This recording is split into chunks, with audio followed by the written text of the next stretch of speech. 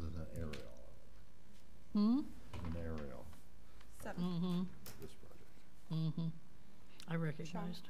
It's 7. I'd like to call to order the City of Escalon Planning Commission meeting of March 12th, 2019. Will you all please stand and join us in the flag salute? I pledge allegiance to the flag of the United States of America and to the republic for which it stands, one nation, under God, indivisible, with liberty and justice for all.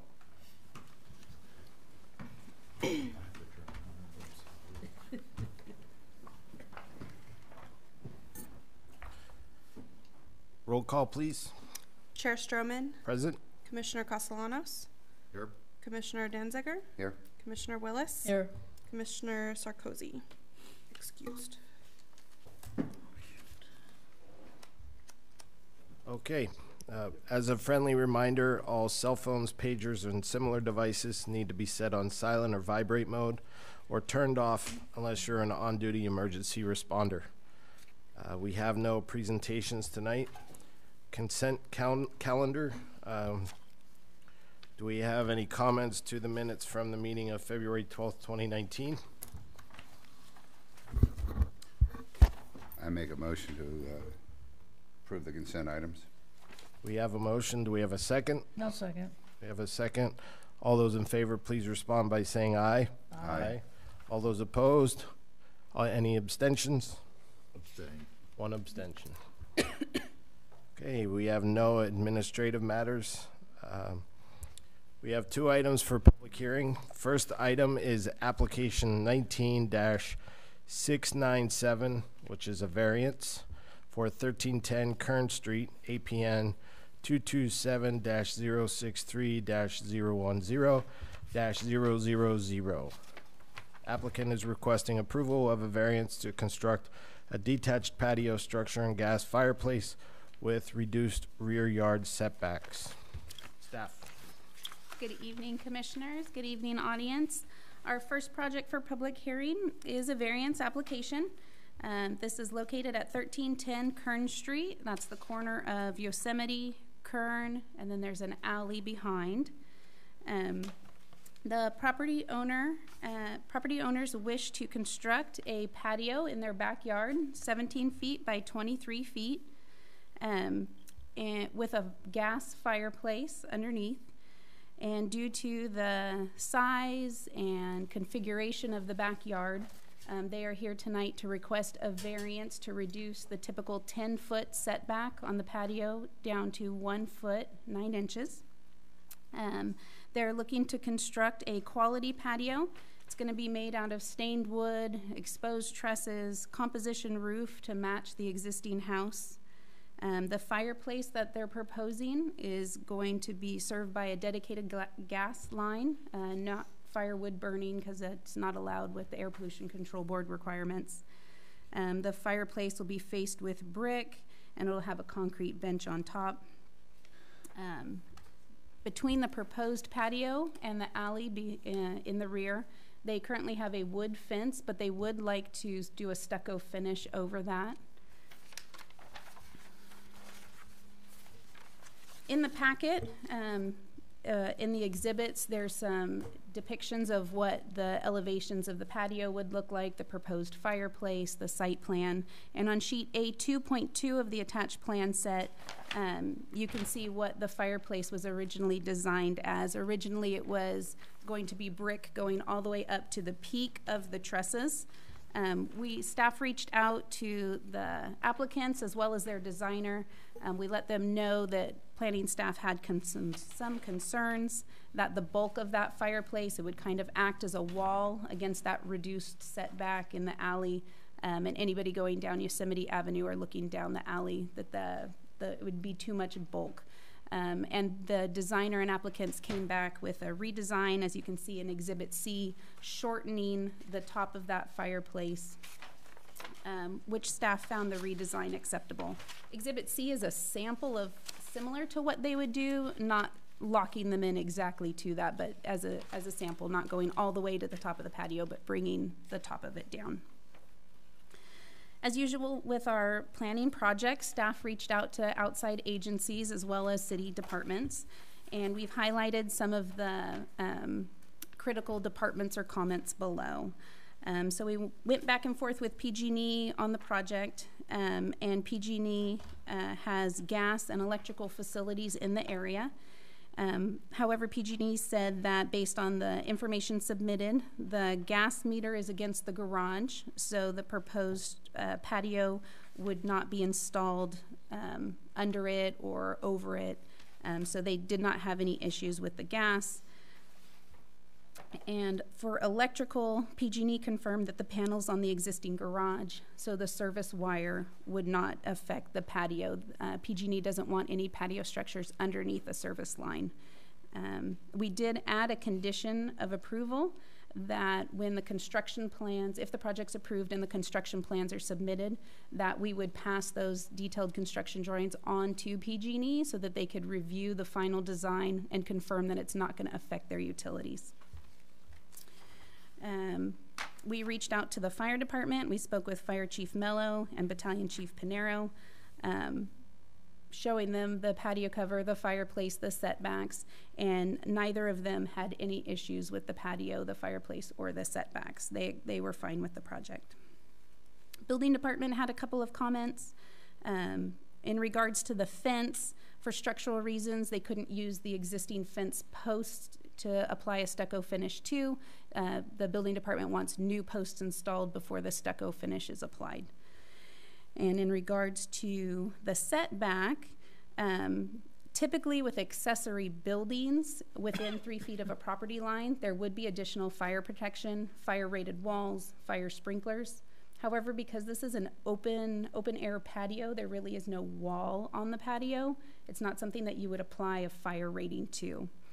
So combined with the fact that it's an open air patio, they want to stucco the fence, which has better fire protection than a wood fence, as well as beyond the fence is a alley instead of another residential lot. The building official felt comfortable waiving the fire protection requirement, so he accepts the 1 foot 9 inch setback, as well as waiving the fire protection requirements such as fire sprinklers on a patio. He was fine with that. And he wanted to remind everyone that we do need building permits for the patio structure itself, any electrical that's run, as well as the gas line. Public Works Department was interested in the alley that runs behind the rear of the property. There is a 6-inch city sewer main in the alley. However, Public Works confirmed that the alley is wide enough to accommodate any maintenance, repair, or replacement work that would need to happen. We would not need to affect adjacent property owners if we needed to get in and replace that line. So the alley or the patio cover does not affect the functionality or future use of the alley. Engineering department had 2 comments to contribute. The property is comprised of 2 50-foot wide parcels, and engineering department's requiring a lot merger, that those lots be merged into one. This is being required because the existing house on the property crosses the property lines, and that's not allowed by the building code and municipal code. So this was an oversight at some point.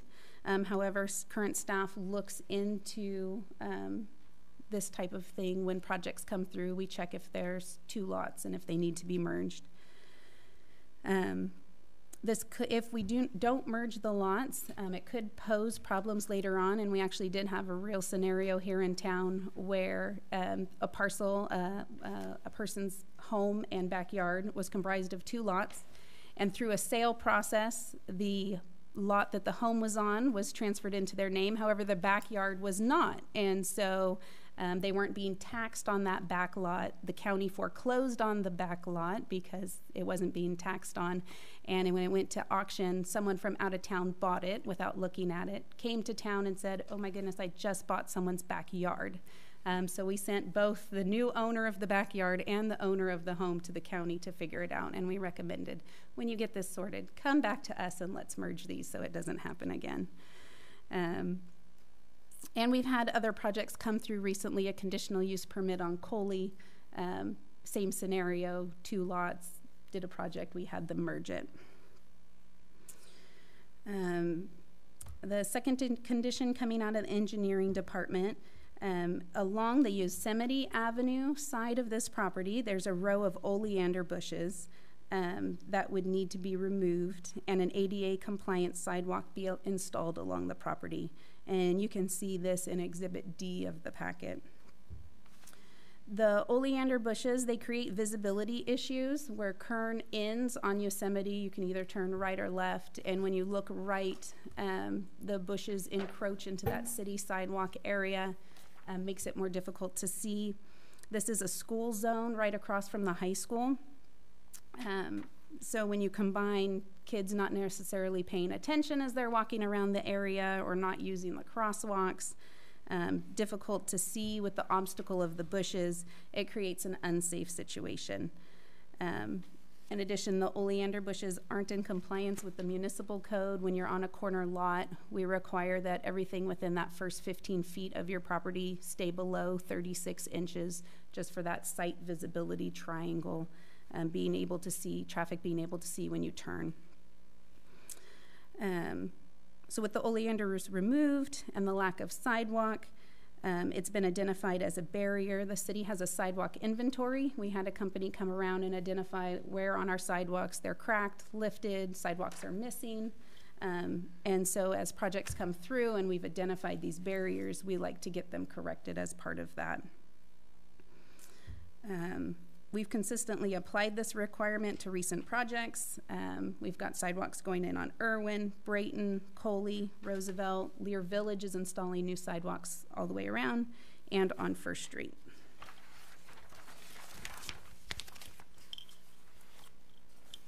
Overall, the applicants are proposing a quality project. It's going to enhance the beauty and functionality of their backyard. They're using materials that will match the house. Throughout the process, no city department or outside agency took a specific exception to that 1 foot, 9 inch gap between the rear fence and the project.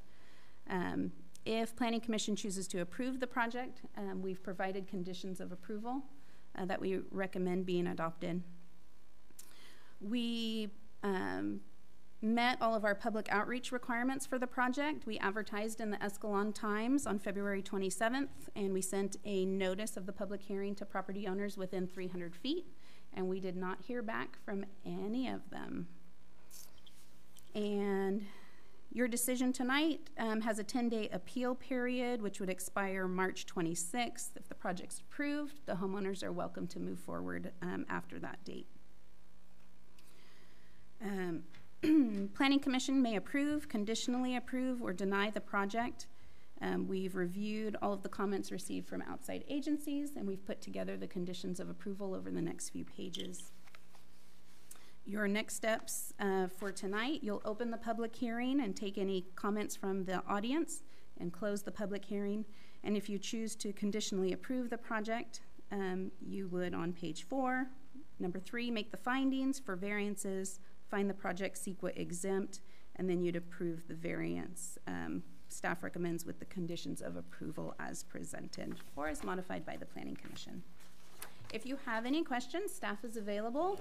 The applicants are also here, Mr. and Mrs. Claire, to answer any questions you may have. Okay, any comments for staff before we open the public hearing? 2 things. As far as changing the wooden fence to stucco and removing just the posts, and then the stucco goes over, is that how that process? The building official wasn't so concerned with the planks themselves. I'm not sure if those can be reused, pulled off as panels and reused. His main concern for structural, you're adding, the heavy stucco on, was going to be that the posts would be new. Okay. Would there still be a gate in the fence? That would be up to the applicant's design. Okay. When you put a sidewalk in, if you've got a utility pole and a light pole, the sidewalk just goes around those things? Correct. Okay. Commissioner Castellanos, any questions? Commissioner Danziger? What are the dimensions for an ADA sidewalk? 4 feet 4 feet clearance. When you go around an obstacle, like Commissioner Willis said, like a light pole or such, I think it goes down to 32 inches.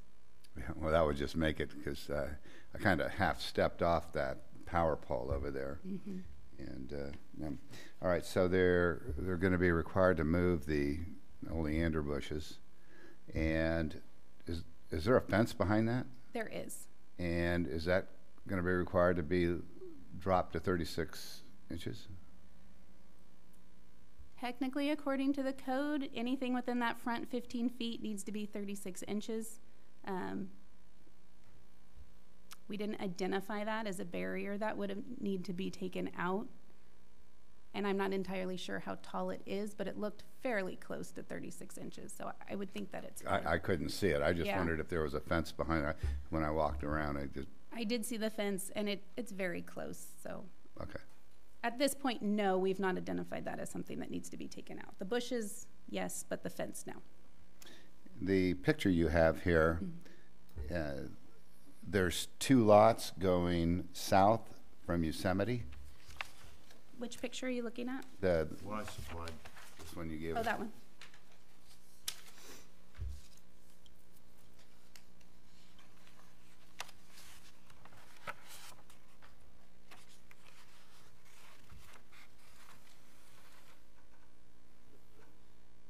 So Sorry, I missed the question. all right. As I look at this picture, there's a house with 1310 Kern Street written on it. Right? Looks like a pool next to it. Correct? And then beyond that, there's a roof. Yes? Is that the second lot? No, the lots are running east and west, and so it's a 50-foot lot running east and west along the top against Yosemite, and then part of the house and the pool is on the second lot. Okay. All right, I see. And there's no problem merging those two? No, no problem. It's just a process to merge them. Okay. We're gonna sell your bedroom, but you get to keep the kitchen. It's possible. I think that's all the questions I have this time. Thank you. Thank you. So I have a question for staff, because I'm trying to figure out this process as far as the sidewalks go.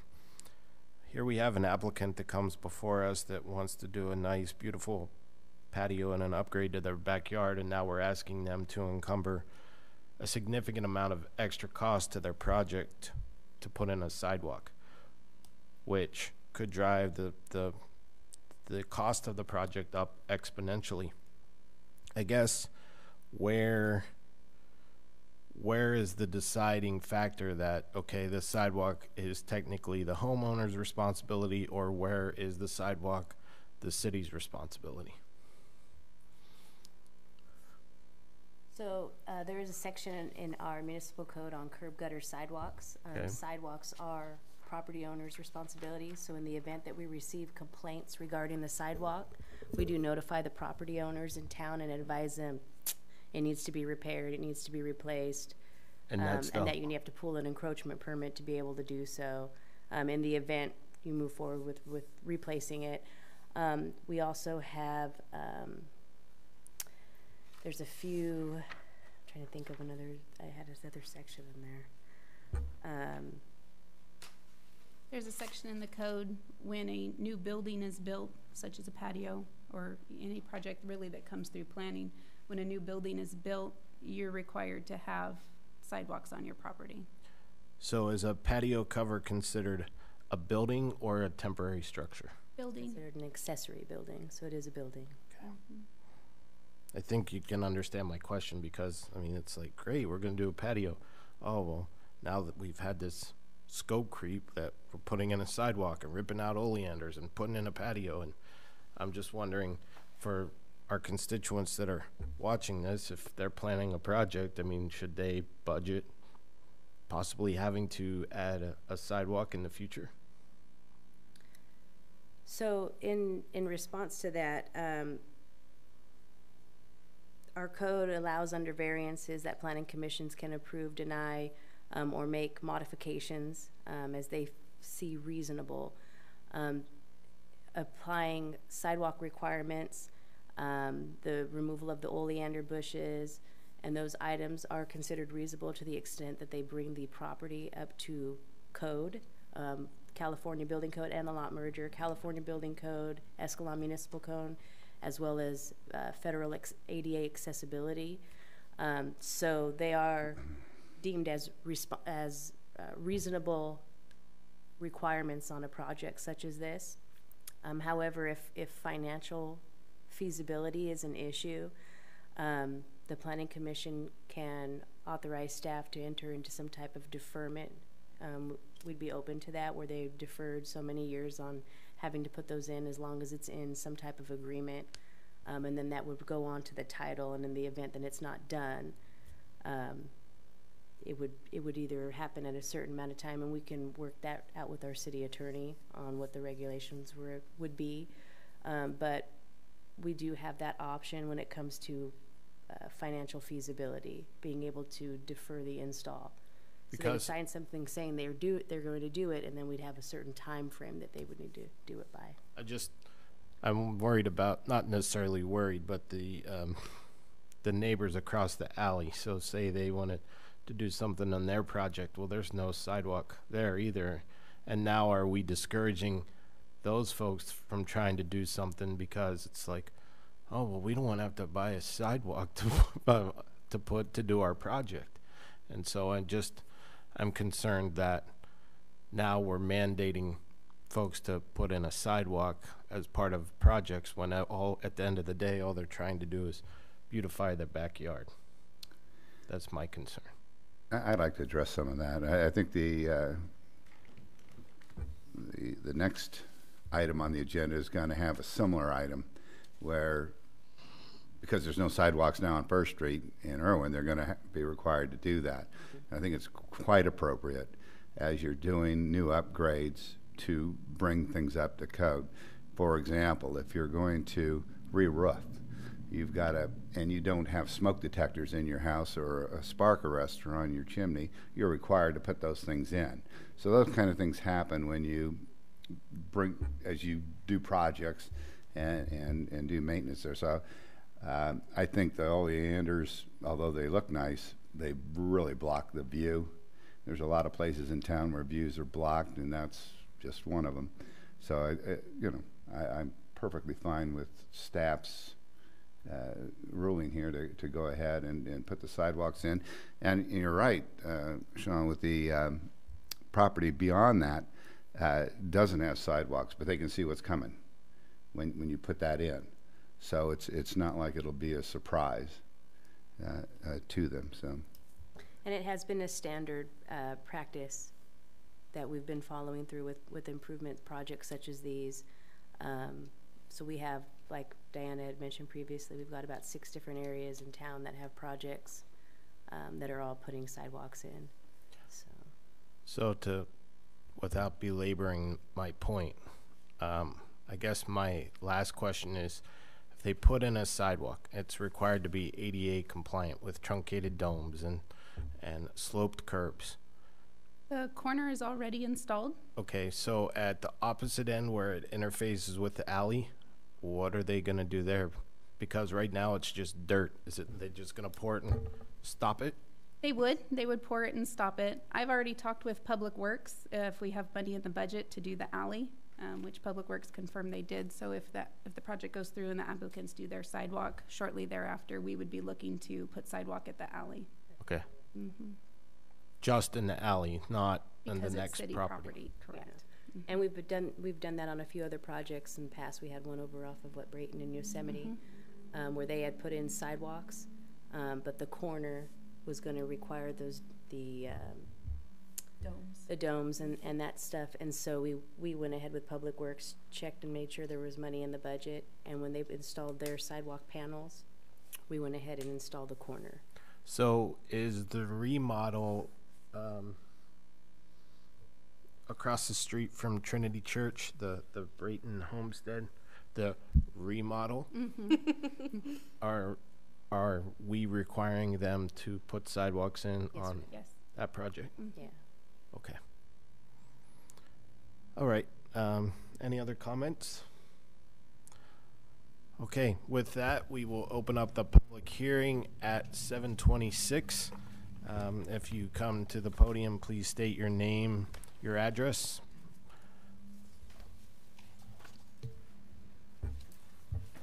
I'm Jim Clare, 1310 Kern Street, Escalon. I'll address a couple things in regard to the comments I've heard. Of course, that house was built in 1940, and there's always been landscape over there that's tall. The fence is 8 foot, I believe, 6 or 8 foot. The Oleanders don't block traffic or side of the traffic along Yosemite. It's the parking that does. So that street, that strip of that's next to our house, there's cars and trucks parked there all the time, because whether it's school's in session or there's an athletic contest or whatever, there are trucks, and you cannot see Yosemite when cars are parked there. But with the oleanders, which are trimmed back, you can see Yosemite almost all the way down, because I park in front of the house and I pull out stop signs right there, and I can see Yosemite as long as cars aren't parked there. And if cars are parked there, you cannot see it. So the other thing about the sidewalk, if you start with the alley that was just mentioned, the problem with the sidewalk there at that point is there's a driveway. There's a 10-foot driveway that goes into the garage, and the grade of the house is almost a foot above Yosemite and Kern Street. So on that 10-foot slope that runs down to Yosemite, that's the grade of the driveway.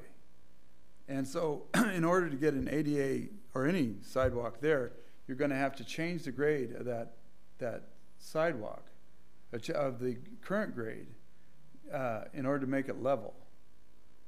The other thing about that, and then you're going to have to build a stem wall, because there's going to be 12 feet or 12 inches of earth or fence or whatever against the sidewalk. So that all that dirt's going to have to be excavated out, which is fine. But then you have to build a stem wall. The biggest problem with that is that in 2003, I think, when the high school built the performing arts building and the new cafeteria, they put a transformer on their side of the street, and they had PG&E put a pole right in the middle of our property. And so they built the transformers, so that the size of the pole plus the conduit to take the power across the street underground is right dead set in the middle of that. So it's 32 inches from the curb. So there's no, unless you have PG&E move that pole, or the high school or whoever would have to do it, you can't put a sidewalk along that strip. Okay, so you'd have to, and then where it would butt into where the sidewalk would butt into the driveway. Okay, so you'd have, this is going like this, it would butt in like this. So you would have to change the grade of the driveway, either to put either a curb or a valley there, and it just would change the whole. I don't even know if you could drive in and out of that driveway, because that garage is just 10 feet from the street, and that therefore the driveway is 10 feet long, and so it's just the idea of a sidewalk there would be, number one, very impractical. There's two crosswalks. So there's a crosswalk just east of us, and there's a crosswalk right on the corner, and then there's a big, and that's all ADA. And there's a big sidewalk across the street. So, and then the idea that the oleanders are causing a problem, that's just not the case, because it's the cars. The cars are there constantly. The school people get there, the cafeteria workers get there at 4 or 5 o'clock in the morning, And then when there's athletic contests, you can't even park around my house. And then when that happens, you can't see. So I don't know. The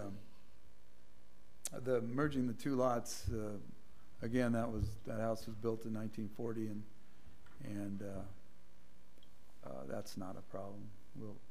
Whatever we need to do, that's just a practical thing to do. We didn't know it was merged when we bought the place, or there was two lots when we bought the place, but that's not a problem. I'm not sure what else. Well, I had a particular question, and John, I think it goes to some of the things that you were talking about, is when I looked up the curb, gutters, and sidewalks construction requirement, it indicated any person who constructs or causes to be constructed any building or dwelling in the city shall construct curbs, gutters, and sidewalks. Well, really what is considered a building is a detached patio cover, a building. It doesn't have walls, it doesn't have a door. You know, what causes that to be a building? What is the difference between a patio cover that is detached and a pergola? If you walked all over the city of Escalon, which I have in the last couple of weeks, you'll find many backyard structures, not with a fireplace perhaps, because I didn't go in their yard, but you'll find many backyard structures that, by the looks of them, weren't done too long ago, maybe in the last 5 to 10 years, that either, and they don't have sidewalks. You walk on this side of town, you're gonna have a lot of sidewalks. You walk on our side of town where the old high school is and Dent is and some of the churches are, and you're not going to find sidewalks, but you're gonna see a lot of backyard patio structures. We're not building a dwelling back there. We're not building something that has walls back there. So I would ask for that to be excluded from that, because I don't believe that a patio structure should be considered a building. The other thing is the exemptions include anything built before the ordinance was made. And that, according to this, it's 1967. The house was built in 1940. But it's just the house. Now that you're. Oh, sorry. That's. So, any questions for our applicants? I have a concern. I had concerns about the sidewalk too, but if you look at the curb as it comes up off Yosemite, and you've got that evergreen tree in the front corner of your yard, the roots come off of the tree higher than the sidewalk would have to be, and they go in the direction of the sidewalk. So I don't know how many inches do you go down for a sidewalk. You're either going to hit tree root, or those tree roots are going to disturb the sidewalk once it gets put in. That's a cedar. We've had that thing checked because we're worried about it falling over. It is leaning, the yeah. sycamores are a problem that way. I'm not sure the cedar is, but who knows? Yeah, it's leaning. You don't want it falling on your house. Yeah, it's been trimmed by PG&E, but we've had it checked by arborists before. And now the street light is right in there, surrounded by the tree. Do you get much illumination from that? Do you feel safe with the light that filters through the branches? Oh, maybe it doesn't filter through the branches. I don't know. Are you opposed to trimming the oleander down, like to the same height as your little wooden fence? I mean, that's not a huge deal. The sidewalk's a huge deal. Again, the landscapes on that side, the people that had the house, that built the house, and we bought it from, that was all landscaped that way. So while there was no oleanders, there was big, huge camellia bushes there, and so we tried to keep everything as much as we could similar. Are we allowed to ask staff a question during the public hearing? So, based off a quick calculation, you're saying that the municipal code requires an ADA compliant sidewalk. Based off the information that the gentleman provided to us, the slope from the street to the garage is about an 8% slope. In order to meet ADA, you cannot exceed greater than 2% cross slope. So that means the applicant would have to raise their property or that whole side of their site up. And when you just can't raise the site, you have to raise the grade, you have to raise the fence, which then also affects their foundation. And so I think by forcing them to do a sidewalk unless they're on a raised foundation, I mean, this thing has the potential to just snowball out of control in order to put in an ADA compliant sidewalk. And our engineer is very good about working with the applicants. Obviously, the goal is 100% ADA compliance, but when you go into existing areas, that's not always 100% feasible. For example, the PG&E pole that's in the way, maybe you couldn't get 32-inch clearance around it. Sometimes the best we can do is the best we can do. The slopes can be a problem on the older neighborhoods. They're built up a little bit higher. You know, they're not graded as, you know, new residential is. We had a case like this just on Irwin that's happening right now, and the slopes, it's a reverse slope. So instead of sloping towards the street, everything slopes back towards the house. And yeah, it was going to be ridiculously expensive and a ridiculous amount of work to get it 100% ADA compliant. So our engineer works with them as best as possible. Is that sidewalk going to be ADA compliant? No. We're going to reverse slope it, match their driveway, get it to work as best as possible. But in these situations, we try to do the best we can to get the best possible sidewalk where we can. So the goal is 100% ADA compliance, but we realize that's not always physically possible, and our engineer works with the applicants and their contractor to do the best as possible. My other question is, by looking at Exhibit D, it appears that part of the curb is painted red, and I can't tell if the other part is painted green or it's just beautiful gray colored concrete. But wouldn't it make sense to put up some no parking between the such and such hours during school time to alleviate the concern about lines of sight as opposed to impacting a homeowner's privacy?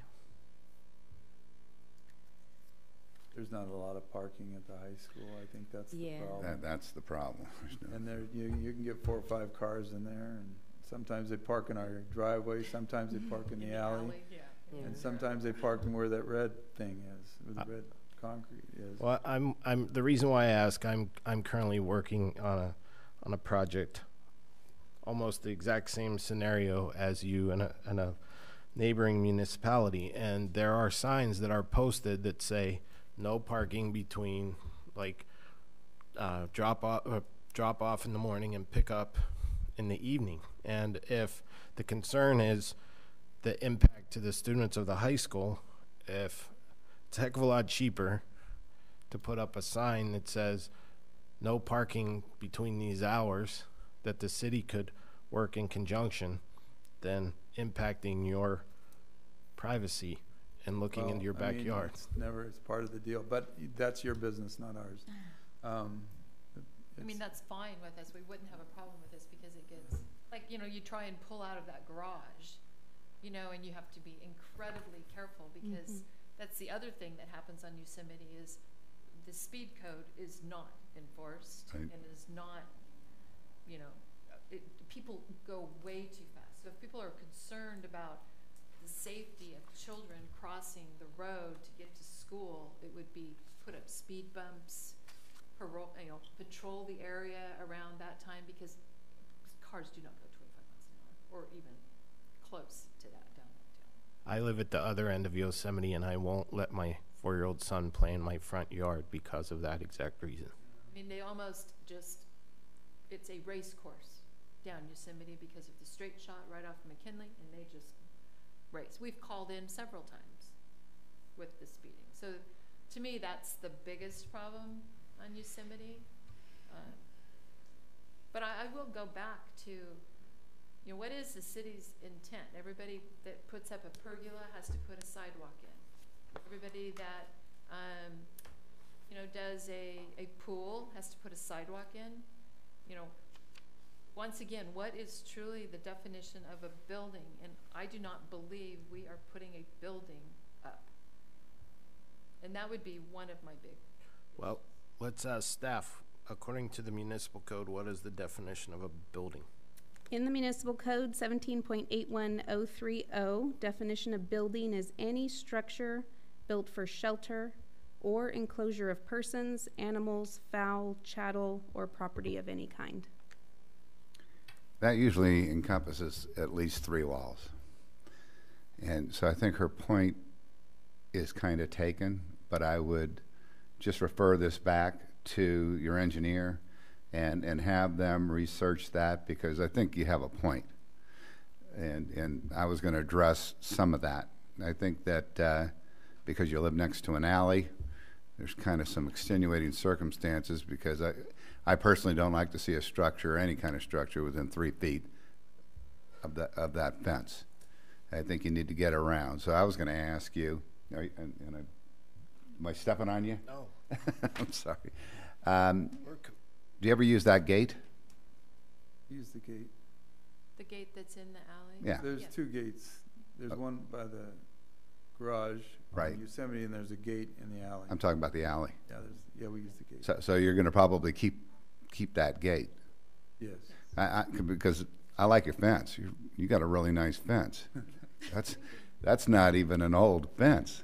That's No, the fence, yeah, we had to replace the fence that was there. I thought, why would you want to take this out? It's just perfectly uniform, and it looks really nice. So, I mean, I'm not going to get. I don't know that what we're gonna do with the fence is quite settled, but, you know, I mean, this is something we need to, yeah, I don't know if we're stuccoing any boards or what we're gonna do, but whatever we do, we'll make sure it's okay, but I don't know exactly what we're gonna do with The the fence. original variance of going 10 feet put everything right in the middle of my yard. The depth of the yard between where the house ends and the fence, you know, is probably only maybe 20 feet. And so it put everything right in the middle.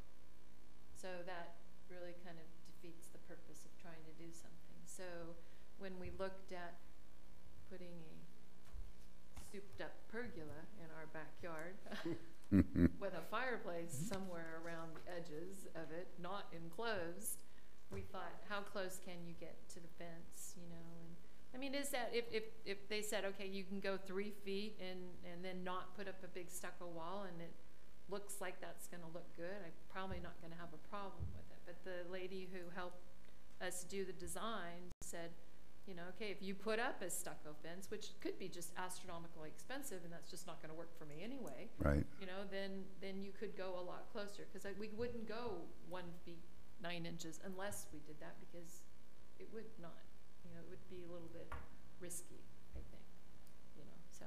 Speaking of risk, you're comfortable with the fireplace being under the roof structure? It's not going to create too much heat under the trusses? It's going to be much lower than that, and so they were all very comfortable that it would not create the heat. And you're okay with the altered height of the chimney?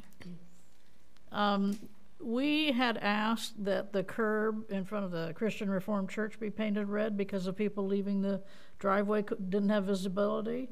Can that be done here? Extend the red length of the curb?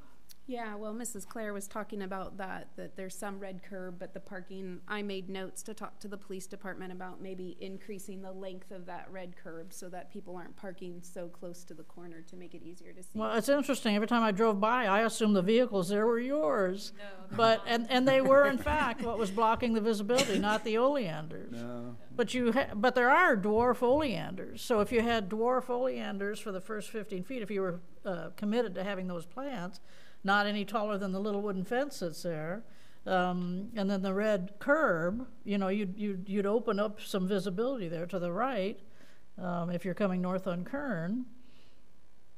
And then too, you know how we have the intersection at First and McHenry, and it used to be 4 crosswalks, and now it's only 2. You can't go. You're not supposed to walk across in 2 directions.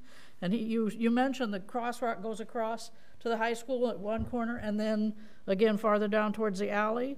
So is there any way of, if we don't make it ADA compliant, don't put in a sidewalk, can we have a sign like please cross the street and use a sidewalk on the other side of the street, like they do at construction zones or something? So the way ADA reads, Commissioner Willis, is that in this case, there has to be a reasonable accommodation for accessibility. And so, therefore, at least in my opinion, the reasonable accommodation is the ADA compliant sidewalk across the street. And all it would be a matter of putting up a little sign that says, that's the path of travel, as Yeah. opposed to putting in that sidewalk. Well, and then we just missed the domes or whatever at the other end. Or is that already, are they already there at the eastern sidewalk? The ADA yellow section and all that? That's on the corner of Kern and Only Yosemite. on the That's corner, on our not- lot, corner of Kern and Yosemite, there's But one. not farther down? Well, there might be one the on, other side. there might be one on San Joaquin. Is it the next street, San Joaquin? Sacramento? San Joaquin. The next street San over, Joaquin? yeah. San Joaquin, yeah. There might be one, because that's where the other crosswalk is, at, Off of Yosemite. off of Yosemite and San Joaquin, I think. it Yes. is, yeah. Well, and maybe because we're in a school district, because we've got kids not paying attention, and we've got an alley, traffic coming down the alley, I don't know how much traffic you get, but to not have the sidewalk and to have it either red curbed or, go this way, across the street and go that way and then go back if you're walking on the sidewalk.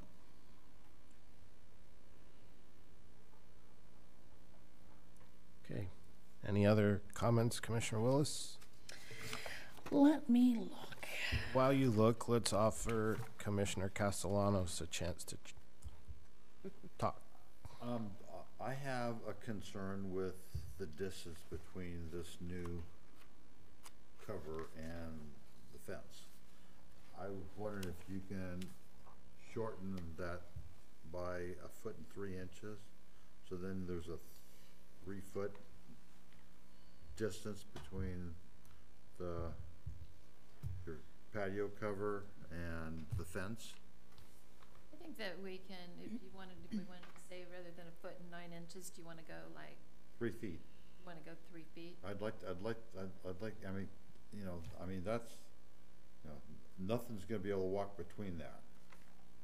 Yeah, That's pretty see tight. That's the problem with the 3 foot. Be nice to be right on the property line, but 3 foot, that's probably why. But I don't know, she and Ellen, Yeah, I don't, is the boss on this project. This project? We just went from a 20 Really? foot This setback project? to, something we're trying to that distance. maximize Now we're the shrinking patio it area. more. Like I said, it was small, If we could compromise and go somewhere, like 2.5 or something like that. I just wanted to get the maximum amount of it, but Yeah, but like I said, you're if only we. talking something like that much more Right, room. so, if we decided, okay, I don't have to change out the fence, I would go 3 feet, because that is necessary of putting in a fireplace, so I'm not going to be opposed. Do you need access to the back of the fireplace for any reason? Well, you wouldn't have it. I don't have the answer to that. I don't know really. I don't think so. Okay, thanks. I don't see why you would have to have access to that. I mean, I would have, so if I had a 3-foot gap, you were just gonna talk about the aesthetics of the whole thing, I would have to concrete that over or something, so that nothing grows in there, no dogs or little, animals get back there, but I'm sure we could figure that out, so. Whose idea was it to stucco the fence? It was my idea because I wanted it so close. You wanted the fireplace so close? Yeah. And was the city making them do that because it was so close? The building official felt more comfortable allowing the 1 foot 9 inches because the fence was stuccoed. And because that's kind of how the project came in, I didn't ask the building official, if they don't stucco the fence, then are you gonna require 3 feet? What do you think about that? Stucco and brick's different. Oh. I thought it was gonna be brick. Would match the house? Yeah, Yeah. and it could Yeah. be, yeah. I mean, we really hadn't gotten that far yet. If you guys say that I can, go 2 feet or whatever it is, and I can keep my fence, and the city of Escalon doesn't have a problem with that, then Well, you're that helps. you're with negotiating with us here. my dollar. Oh, okay. We were looking at 3 feet, and you keep your fence. I'd be more comfortable with that, just to have that 3-foot buffer. If you ever had to, God forbid, ever had to have the fire department break down your gate and get into your backyard, if you go around a paint booth, paint booth is an instrument there that gets listed by components, but it's got to have 3 feet all the way I around it. don't see a problem with the 3 feet at I all. would go with 3 feet if you guys will do that. So we can go with 3 feet, wooden fence, no sidewalk, and I keep my oleander. No, don't start negotiating now. Thank you. Mrs. Claire, I can't tell you what to do with your project, but you should know that I am a professional construction manager, Okay. and you really don't want to stucco your fence. Okay, great. Well, that was gonna, that could Because the cost will, be, yeah. the Well, see, I ex- hadn't even gotten a quote on that, and my husband says, do you realize how much it's gonna cost? And I'm like, no. So, yeah, so if I did go 3 feet and I keep my fence, I probably could proceed with my project. Right. Is there a TV above the fireplace? Well, that's a point of discussion. My husband doesn't think we need a TV, or I kind of thought we'd kind of put a TV there, so. You're getting pretty chatty. if you get the NFL Sunday ticket. Possibility that, you know, 'cause the fireplace goes up to a certain point and then you would put the TV, but we'll get. So I have another question for staff. So say the oleanders become a nuisance for line of sight. Whose jurisdiction does that fall into? Like, is that PD? Is that Public Works? Big code enforcement. So code enforcement comes down, Kern, and they're getting ready to make a right, and they're like, oh man, those oleanders are hanging out everywhere. Then they would notify the homeowner, hey, you have to trim your oleanders. Down to 36 inches, yeah. And I would just say our code enforcement is citywide. I mean, we don't have a designated code enforcement. Right. And they're more likely to say Department. that SUV is blocking my view, not the oleanders. Okay. I know you have more questions, Commissioner Danziger. I just wanted to compliment you on your house. I stopped by there the other day, and probably people wondering what I was doing, because I parked quite a ways down the street. I didn't know where 1310 was, and I walked around the whole thing, and I thought, you know, what a really nice house. This looks like a really good project, you know, for your house there.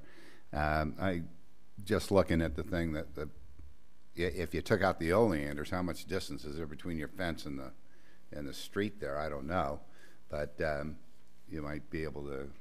You still have those 2 poles. Yeah, no, I know you've got the poles there. I don't know if you can go around them or what, but I think the staff is going to work with you on that, and I think the staff's going to work with you on if you have 3 feet, can you keep your wooden fence, which I'd like to see, and that's about all I've got for you.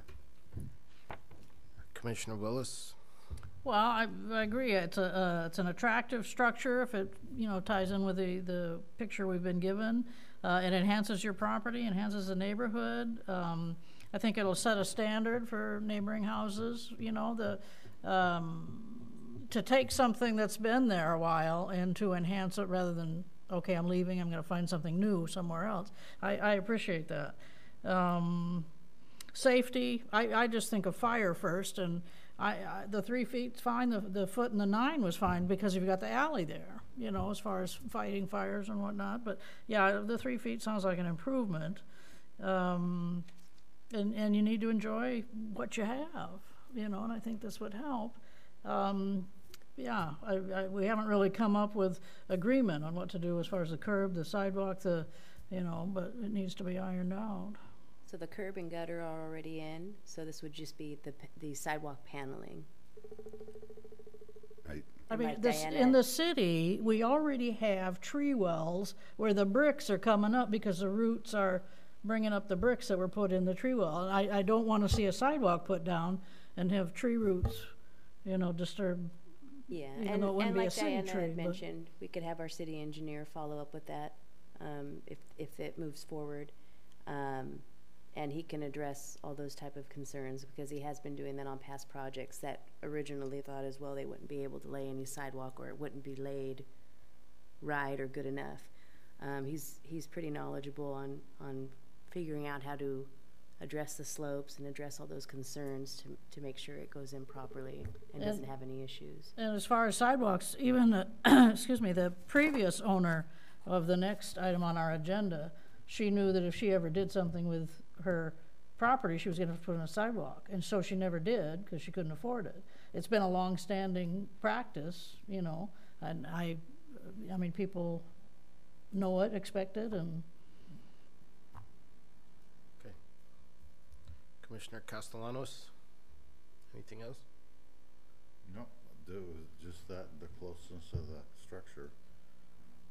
So not to beat a dead horse, but I'm looking at Google Street View, and are you aware that there is a power pole literally right in the middle of the sidewalk at the corner? Yeah. And the one further back. So, in my opinion,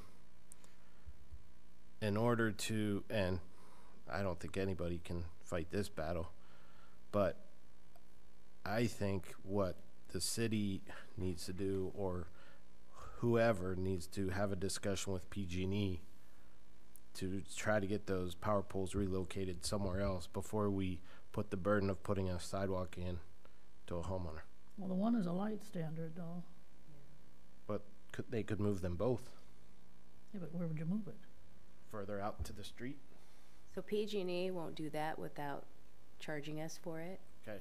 The last time we checked for a pole relocation was over off of Jordanolo, and it was about, let's say, $2,700 to $3,500.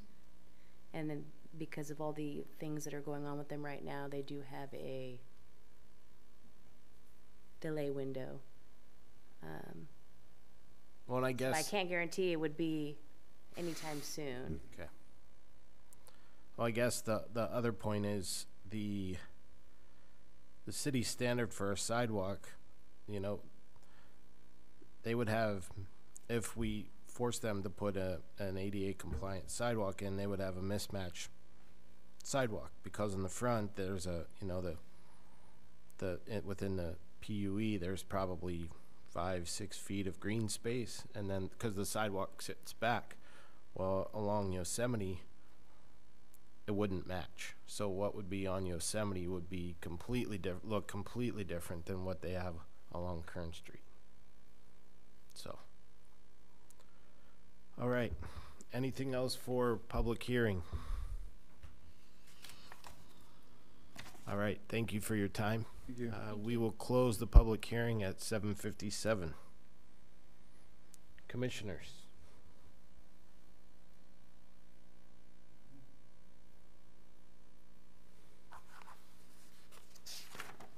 All right, I'll speak up.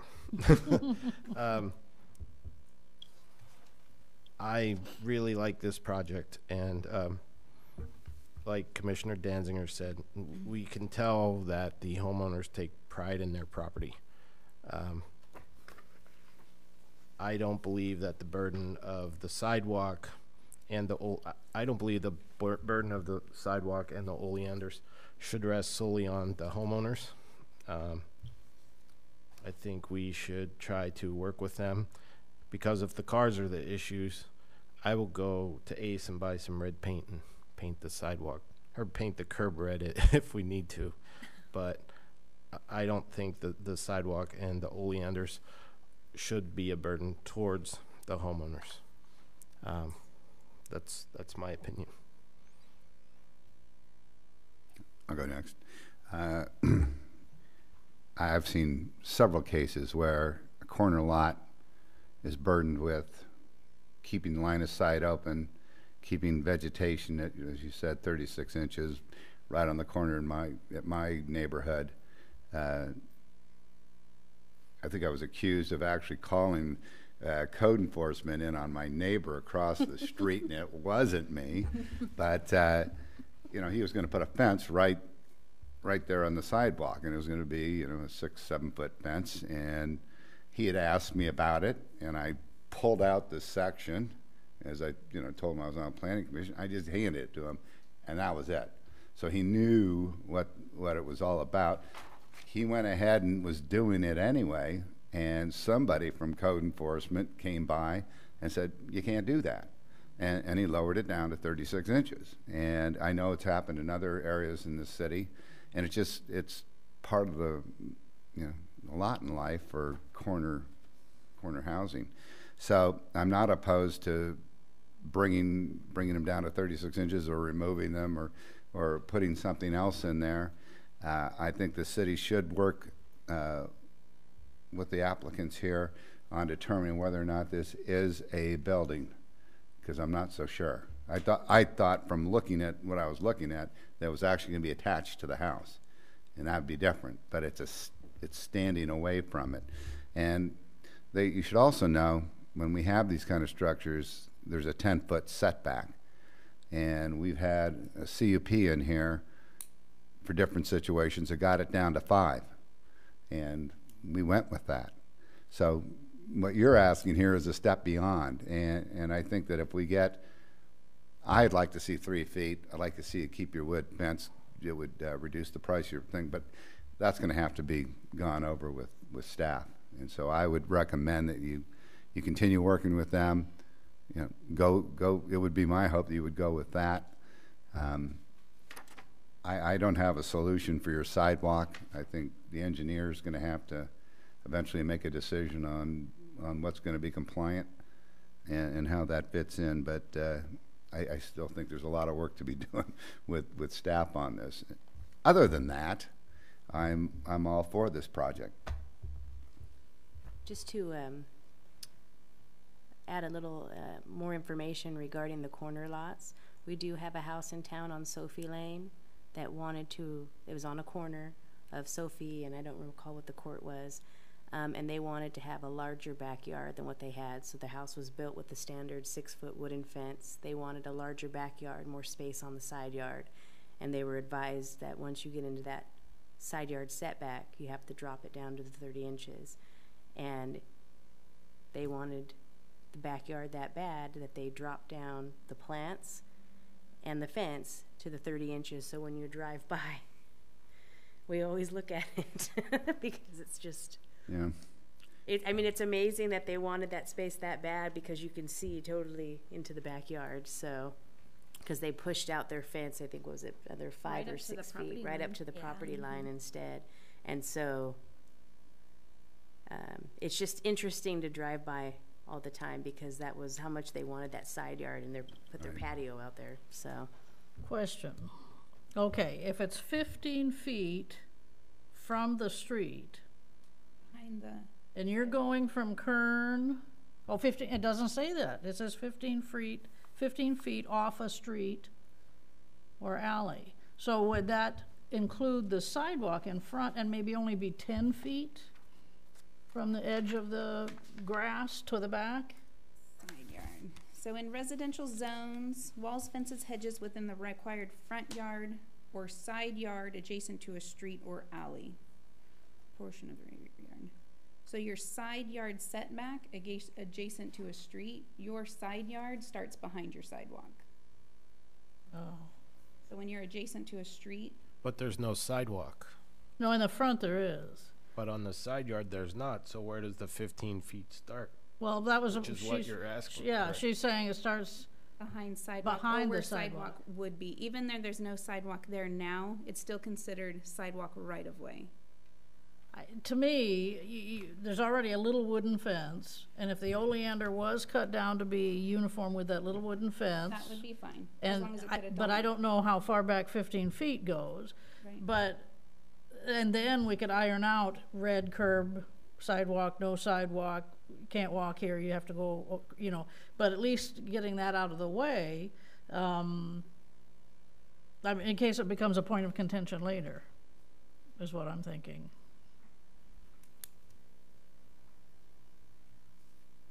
You're up, Commissioner Castellanos. Well, I think the bottom line is we have to decide, or the attorneys probably need to get involved with this, is what is exactly a building. Because what I read didn't sound like what they're building. So, I mean, so if it's not a building, then you don't need to have sidewalks? My concern is whatever we do on that intersection, right across the street is a high school, there's a gazillion kids walking around. I wanna make sure that, you know, there's no issues with sight of it, you know, sight of view going around that corner. I think it's a great idea. I voiced my concern about the 3-foot setback from the fence. I don't know how we can go thumbs up or thumbs down, because if, you know, is a structure that they're building a building or not? I don't know. I mean, if it is, then they need to put a sidewalk in. They have to deal with the engineer to try to figure out how to best suit it to meet as close ADA compliance. The other option is, you know, we do a deferred maintenance agreement on it. But, you know, does anybody know, is it a building? Any So- commissioners? Staff's interpretation of the code is that this would be a building. It's an accessory building, accessory to the main house dwelling. If you wanted the attorney's interpretation of building, we'd have to continue the meeting till next time and ask her in the meantime. Well, there's no walls. So, staff, can you repeat the definition Sure. of building in the municipal code? Yeah. And so Please. then the section of accessory buildings also refers to patio structures and those type of things under the term accessory building. So Maybe it falls we under both. maybe we change it from accessory building to accessory structure. But that's for a future meeting. The applicants are also doing a small addition to their home. Small, they're pushing out their nook. So additions it's not part of the variance application, because that's just allowed, it's permitted. They don't need planning commission approval for that. So we didn't include it as part of it, but they are doing an addition, and typically with additions, we catch sidewalks at the same time. So building means any structure built for the shelter or enclosure of persons, animals, fowl, chattel, or property of any kind. Okay. And staff would consider a patio cover shelter because it's keeping the rain, the sun off of you while you are having occupancy under it. So we would consider a patio But structure you building. got to take into consideration enclosure. And that's where you need to find out if enclosure means a wall, you know, an actual physical barrier that goes around there to keep things in. You know, there can be protection. You can have an umbrella, you know, to keep the sun and the rain off there, but it's not attached to the house. It doesn't. I don't see walls, so I don't feel comfortable going forward and hitting them with a structure when it could just be a pergola. So it actually reads a shelter or enclosure of persons. Doesn't say and enclosure. Okay, It says so or. to further complicate this, what is the definition of shelter? Which would be similar to what Diana said. It's sheltering you from elements, basically. Is an umbrella a shelter? You see what I No, mean? because it's not a permanent fixture. Okay. And so for another point being is these types of structures also require a building permit, so it's inspected in accordance with the building code, whereas accessory structures like a pergola set, we only make them subject to setback requirements, don't necessarily make them pull the permit because they're not obviously smaller. If they look like they're going to be sheltering somebody or then it would be more of a patio, but the pergolas that we see that don't require permits, that are in conformance with our code calling it accessory structure, are the slatted ones that are like for decorative purposes. They just put them up, hang vines on them, or, you know, do a little bench or something under them. They kind of break up light as opposed to being a full, like a sheltered enclosure on the top. So let me play devil's advocate. Have any of you guys been to Costco lately? Yep. They have a fantastic patio cover. Yep. Tammy's got two of them. It requires a building permit. Okay. But if I go to Costco and I'm going to put one of those on my property, am I going to have to put in sidewalks? If you needed a discretionary permit from the planning commission, yes.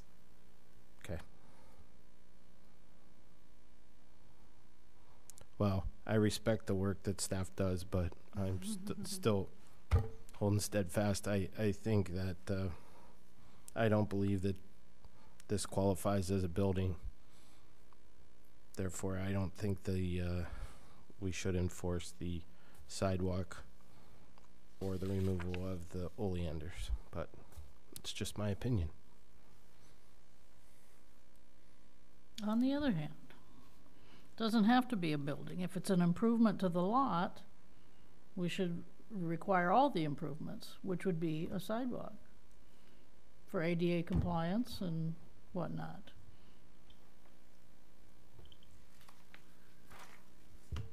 Well, that just continues the discussion. I don't think there's enough people here tonight that feel comfortable with going ahead just and approving this project, even though we want to, based on what we're talking about here. And I don't know that we can approve it subject to, you know, staff going back and reaffirming that this is a building under the definition of the building code, not the zoning code, but the building code. And if one's going to be different than the other, then go with the more stringent one, which is the building code.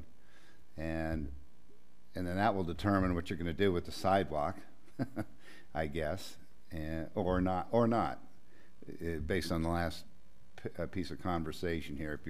If you're saying that it's a building or not, but it's an improvement and improvements require a sidewalk that isn't there, I don't argue with that. I think bringing the oleanders down to 3 feet or replacing them with something else is perfectly legitimate there. And I'm just curious about the setback, the stucco, all of it combined. I don't feel warm and fuzzy inside and approving this thing until you get those answers, I guess.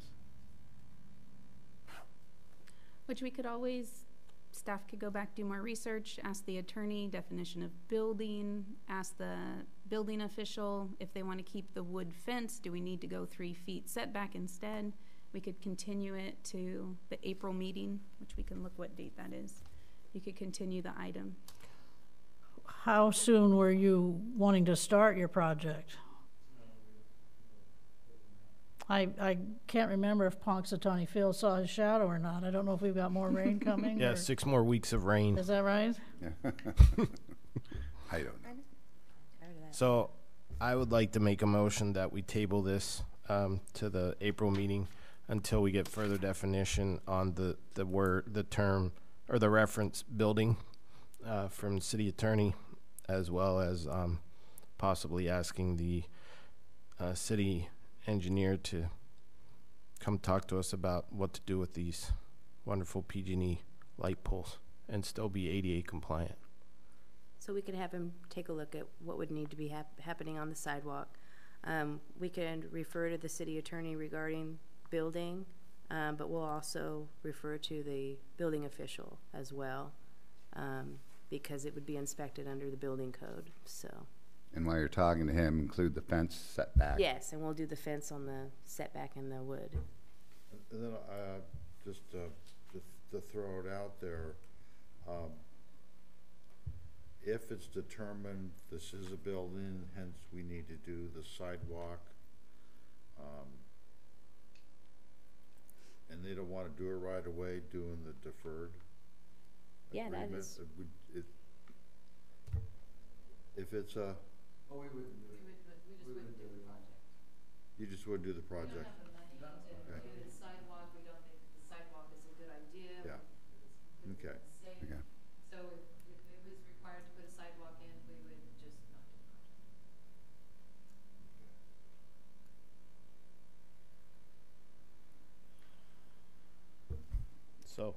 So I made a motion. Are there any other motions on the table? On the motion, did you motion to continue the meeting to a date certain, April 9th? Wonderful. Planning commission meeting. I'll second that. Okay. Any other discussion? I had a thought and it went away.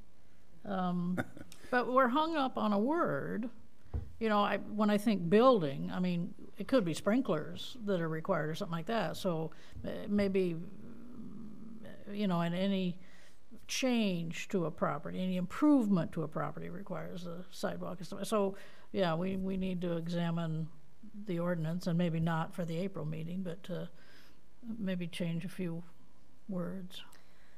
So we did speak to the city attorney regarding some other stipulations of the project, and she didn't immediately go to attaching the sidewalk to whether there's a building on the project at all. She went straight into the variance, it's a discretionary project, and that the planning commission has the authority to require those, not only because they meet the zoning code, but the federal accessibility requirements and such. So she didn't focus it on whether it's a building or not, but that's why we'll go to the building official and ask him to clarify that. She just related it to the discretion allowed on a variance application.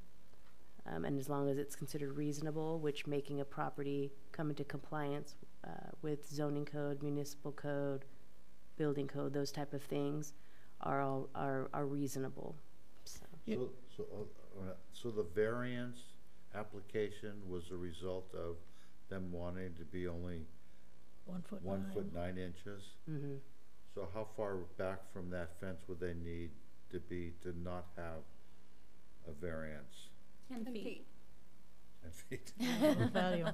You know, the grant monies that we have, like to redo the flashing lights at the sidewalks and stuff like, or the crossings, is there any grant money that maybe we could, like say in the area of a school, make sidewalks, you know, infill we don't sidewalks? have any money that's been awarded to us like that at this time.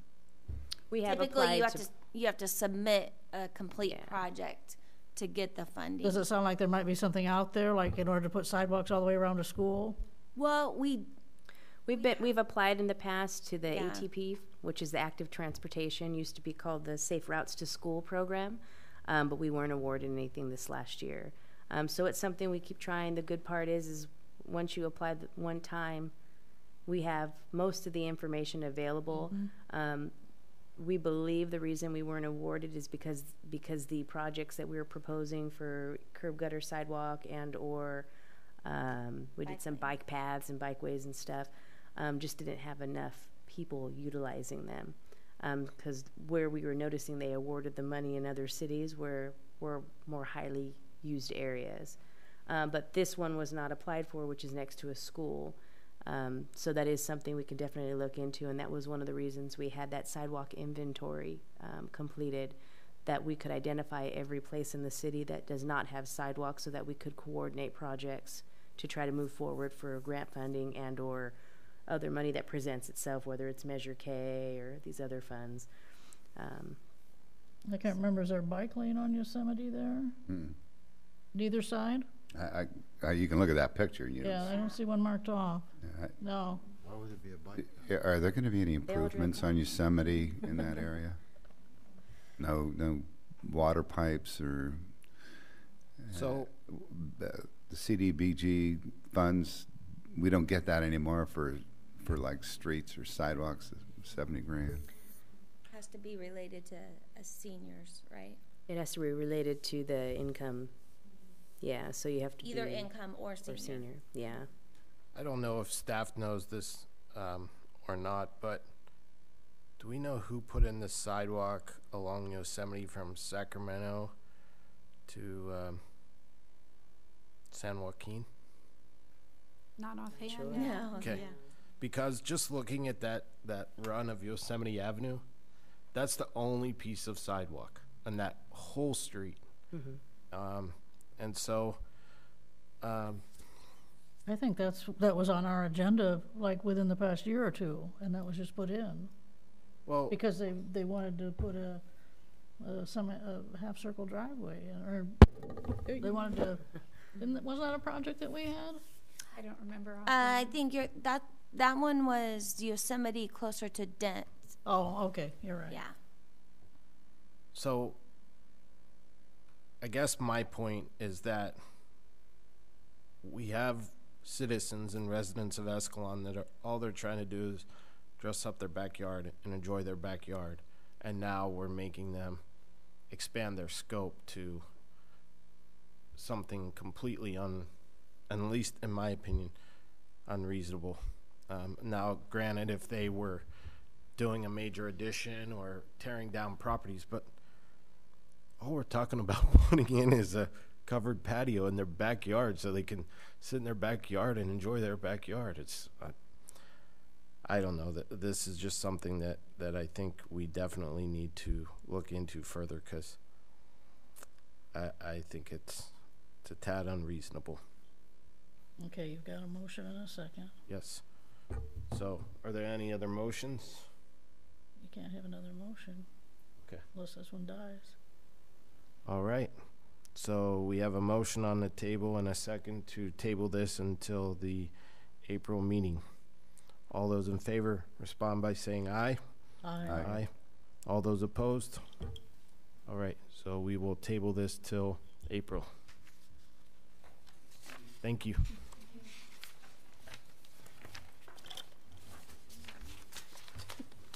All right.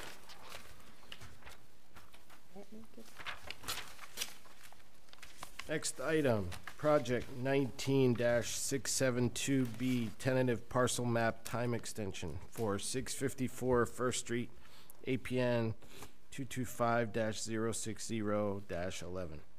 Applicant is requesting a 3-year extension of a previously approved tentative parcel map application that would subdivide an existing 36,000 square foot, which is 0.826 acres infill lot, into 3 separate lots in the low-density residential R1 district. Staff. Thank you, Chair. At the Planning Commission meeting held on February 14, 2017, the Commission approved a tentative parcel map application with conditions of approval to subdivide the existing 36,000 square foot infill lot into 3 separate lots in the R1 zoning district. In May of 2018, the prior applicant property owner had notified the city they would not be moving forward with the final map. The property was then advertised for sale and changed ownership in November. The new owner reached out to the city to explore options for his acquired property, in which staff had advised him that the map had been filed and was still active and was due to expire in 2019. He then advised city staff he'd be interested in extending the parcel map application and filing that final map on the property. So the tentative parcel map and final parcel map are required for all subdivisions creating 4 or fewer parcels. The applicant has submitted a request to extend the approved tentative parcel map or minor subdivision application. As approved in the original application, the map would divide an existing 0.826 acre parcel into 3 separate lots for potential future development of 2 other single-family residential dwellings. Parcel 1, as shown in the original tentative parcel map, updates to an 11,722 square foot lot, retaining the existing single-family dwelling that currently faces Irwin Avenue. Parcel 2 would be 11,709 square feet and front First Street. Parcel 3 would be 12,615 square feet and front Irwin Avenue. The applicant will be responsible for all the infrastructure and utility improvements, including the installation of any curb, gutter, and sidewalk, as well as sewer, storm drainage, and water system design and construction. Pursuant to the municipal code, the Planning Commission bases its recommendation on the conformity of the tentative parcel map, together with the provisions for its design and improvements to the requirements of the title, zoning code, general plan, and any other specific applicable ordinances, resolutions, or provisions. The original approval was found by the Planning Commission to meet all of the requirements and needed as stated and needs as stated in the municipal code. This item is a request to extend that approval given in 2017 of that tentative parcel map application, and the applicant seeks the maximum timeline of 3 years as allowed in accordance with the Subdivision Map Act. Upon approval of the extension, staff will continue to work with the applicant on the execution of a subdivision improvement agreement if necessary for the project and its required improvements, which may include the submittal and review of bonds, certificates of insurance, and endorsements. Once reviewed, negotiated, and approved by the city engineer, final parcel map may be filed with the county recorder's office. The applicant will then have 36 months from the extension approval of the tentative map to file the final map. We did schedule the public outreach and publish this one for a public hearing at the same time we published the prior project, which was on February 27th. Everybody within a 300-foot radius of the project was mailed a notice. We did not receive any correspondence as a result of the public hearing notice. Responses received by other departments were incorporated into the staff report or the conditions of approval. So we did resend, the request for the extension, and none of those agencies changed or made any additional comments from what they had originally given back in 2017. There is no negative fiscal impact to the city regarding this extension. The project extension, the city will benefit from the installation of the public improvements and infrastructure, the completion of the surrounding neighborhood by allowing those infill lots to construct, and then potentially collecting the development impact fees on the 2 single-family dwellings that would be built in the future. So staff does recommend that the Planning Commission approve the 3-year extension of the tentative parcel map for 654 First Street, subject to completion of the original conditions of approval and the original map application as required by the city. So we did, we were asked to review the minutes from that meeting back in 2017, so we did pull those up and review them. Some of the comments that were made by the commission at that time was just confirming that the garage that is located on that property currently along the sidewalk would need to be demolished before the final map is filed, which is in the conditions of approval. That currently sits on the proposed property line along Irwin Avenue, so that would be removed prior to the final map. We also had some questions regarding abandoning and destroying the well on site, in which the property owner would be required to obtain a permit from the health department through county to confirm that it's been abandoned and or destroyed. And we would require that to be submitted to us before setting up any water sewer connections. That would be the same for septic, if they were on septic as well. There was also a comment regarding clarification on whether 2-story homes would be built in that area. As you can see, that surrounding area is majority single-family homes. No 2-story homes would be allowed to be built in that area because they're surrounding by single-family, so it would be limited to a single-family construction. And then to clarify as well that the sidewalks would be installed on both the First Street and Irwin Avenue, which is the entire property surrounding. So if you have any other questions of staff, I'd be happy to answer them for you. So there are no new conditions placed on this from the original other than abandoning the well and stuff? Because I don't think initially that was a condition, or was it? No, it was. Yeah, we were just confirming how they would go about doing it from the last meeting. It was asked how would we know that they're abandoning the well or abandoning the septic, and so we would contact San Joaquin County, have them come out because they're the ones that at this time monitor any private wells and private septic systems, even if they're in the city. So we would have them come out. They'd have to pull a permit through them to demolish or destroy the well and or septic. So no other conditions since the original application then? The only things that have changed in there is this is a different circumstance where the prior applicant was an actual company or LLC that was looking to subdivide and or sell off the lots individually. He had a different outlook on what was being done. So we were looking into moving forward.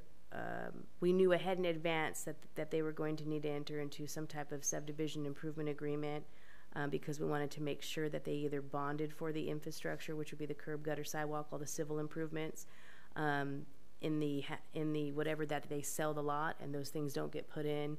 We would either use the bond, put in the infrastructure, or they would put in the infrastructure first and then sell the lot completed to the extent that all the person what we need to do is develop the property itself and the infrastructure would go in.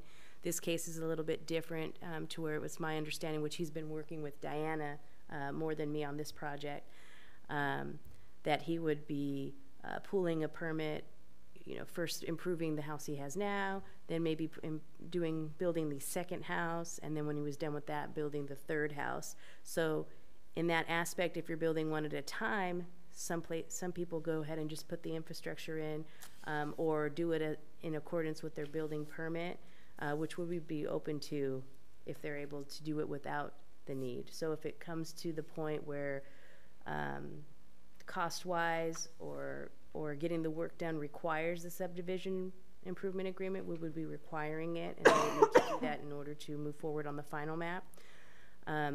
Another example would be the prior extension we did on 2226 Edmart.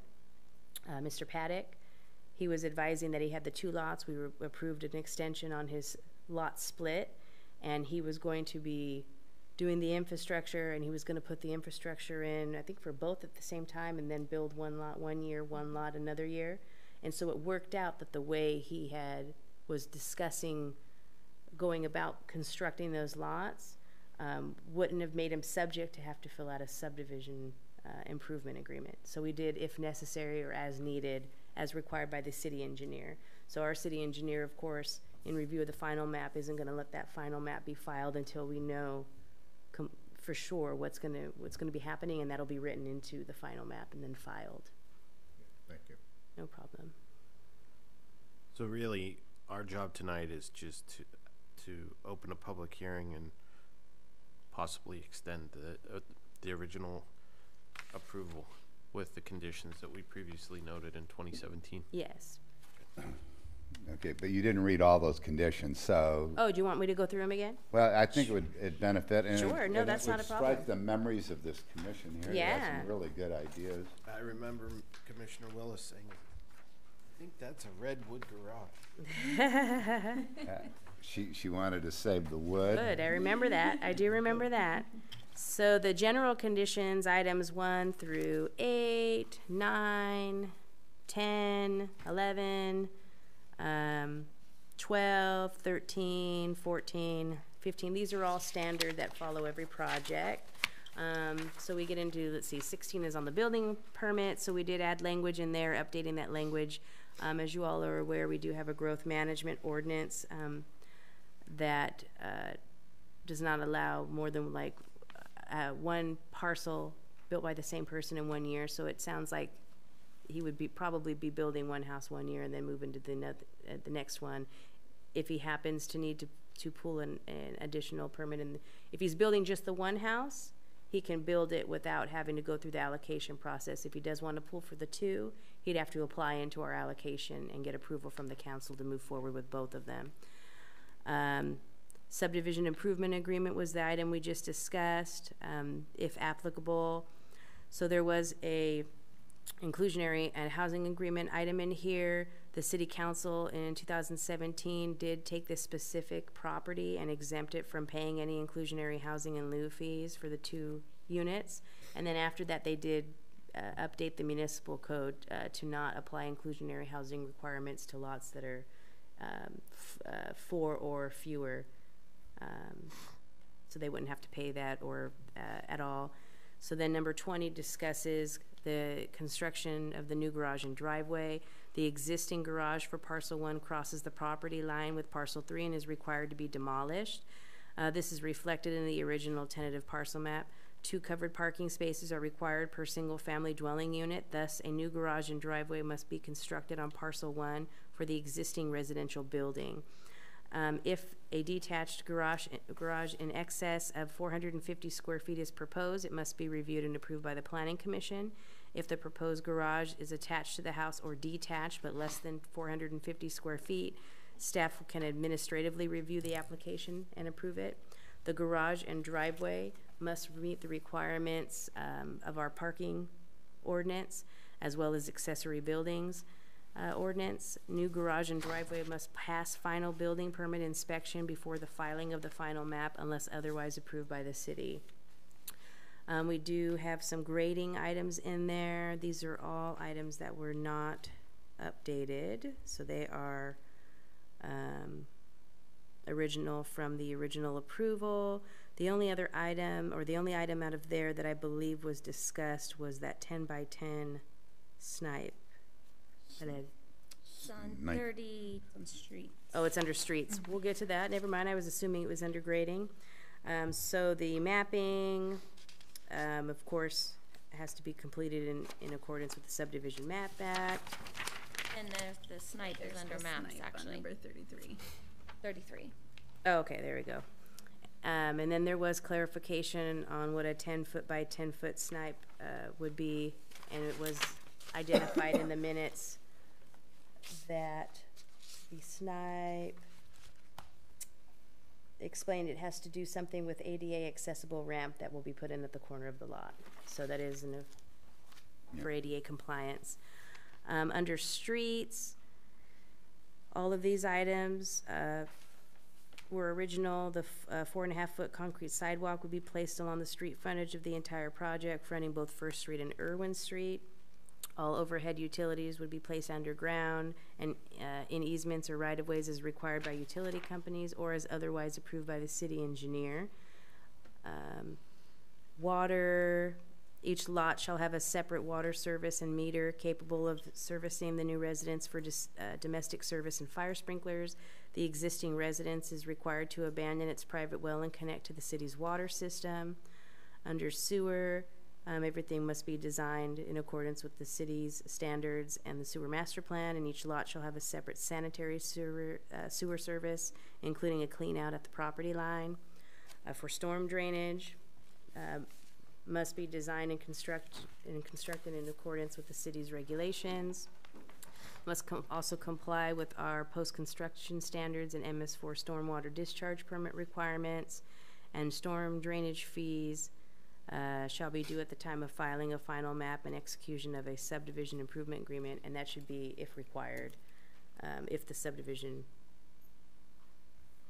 improvement agreement is required.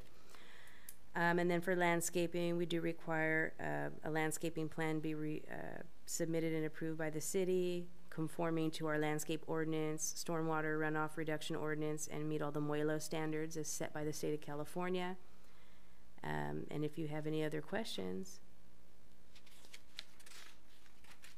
Any questions of staff? Okay, we will open the public hearing at 8:38 p.m.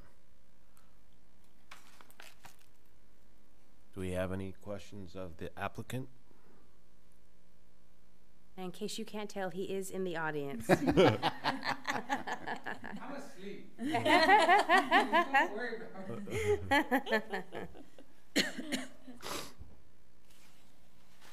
This is all new to me.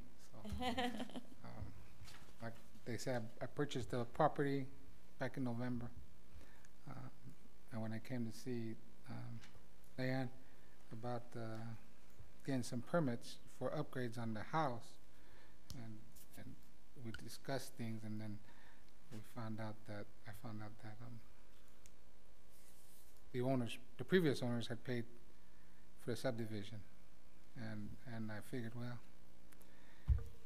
at least I'll save some money, right? I moved here. My son moved here about 3 or 4 years ago. They bought a house over on Mission, against the Orchard, and it's my only son. So I retired. I worked 34 years for the city of San Angelo. So I found this place out there, and I liked it. So I figured maybe I could make it work for me and stay in town. And my plans are to finish upgrading the house I'm in, build a house on First Street within the next year or two, and then move into that house, and probably just rent the house that I'm in, and then I'll leave me with that third parcel to decide what to do with it, either sell it off or build on it. All right. Thank you. Can you state your name and address, please? Oh, I'm sorry.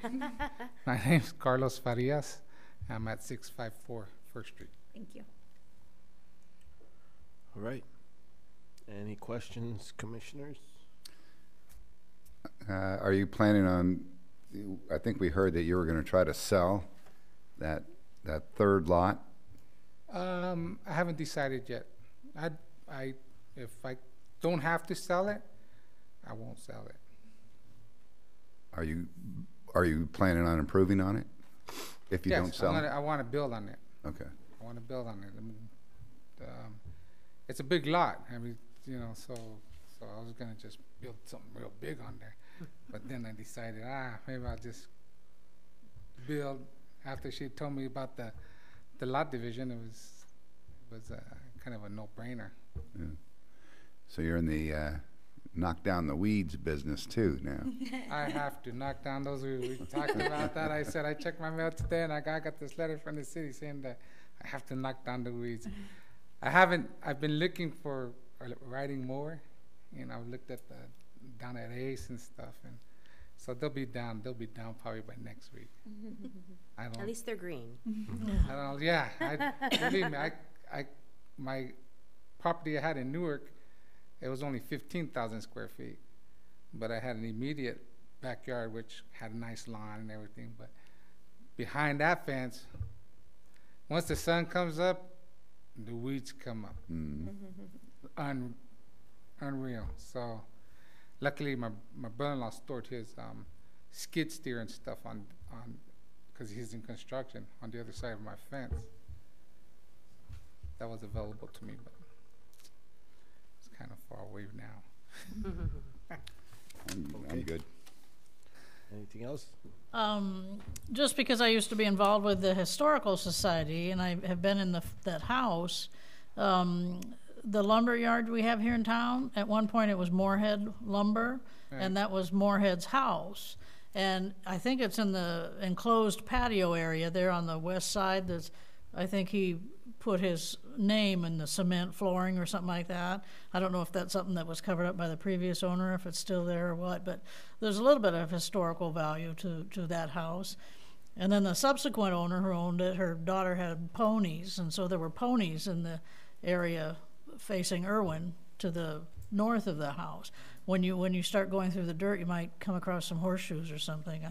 I don't know, but and when about the Redwood Garage, since it was Moorhead who owned the lumber yard, who that could be a Redwood Garage. You might want to save the wood when it comes down.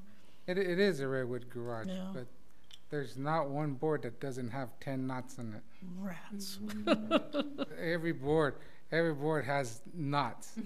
I mean, it's just unreal. And I was telling Diane, you know, I asked her. I mean, I'd like to just for storage use, just pull all the boards off and then just refinish the outside, so I could store stuff in there and I was going to enclose the outside against Irwin, and then open the inside of the property of that when I did it. That way I could get in from my backyard. Yeah. I don't know if you guys noticed, I got rid of that big cedar tree that noticed, yeah. That was there. It was huge, but that thing had branches that came like this, and they were like that big around, and it had cables going from one branch to the other with that tightened up that held the cables up, and I kind of I think I better get rid of this tree first, because I didn't want that to come down and hurt me anyways. But I really like that garage. I would love to have been able to save the boards, but I don't think I'll be able to save the boards. Even the original 2 bedrooms inside, I pulled carpet up off of those, and they have the original fir floorings with the white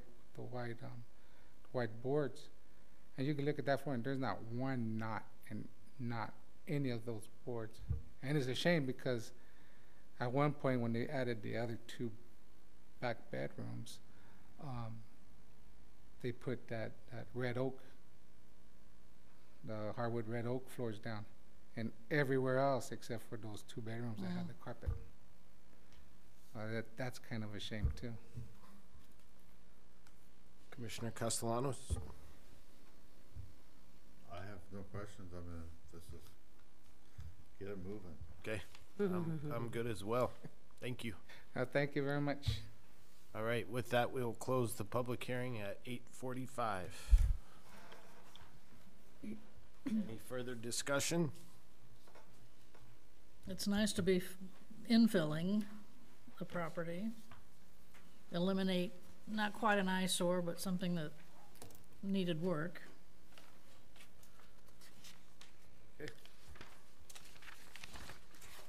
Commissioner Danziger? I'm ready to make a motion. I'll second it. Make a motion, we move on staff's recommendations and the new updates from the previous approval by this commission. I'll second it. Okay. Does your motion include the subdivision improvement if applicable? Yeah, that's in the conditions. Oh. Yeah, that's all written in there. All right, so we have a motion and we have a second. All those in favor, please respond by saying aye. Aye. Aye. All those opposed? All right, motion carries. Good luck. Thank you. Yeah. Thank you. I drive by First Street all the time, so I want to see some work going on. Well, there's work going on, but it's inside. I had all the Too electrical wet. updated. I was gonna ask you, didn't I see you working at the museum one day? I stopped working there about 2 years ago, though. Oh, okay. Must have been another young lady that I spoke to, because I told her where I moved into. She goes, "Oh yeah, I think those people own the wood company or something." They're from Escalon, they know. Right? Yeah. All right. Yeah, my new venture goes. Thank you very much. Thank you. Okay, thank you. Matters presented from the audience. At this time, the public may address the Planning Commission on any non-agendized item that is within the authority of the commission. Speaker is limited to a maximum of 5 minutes.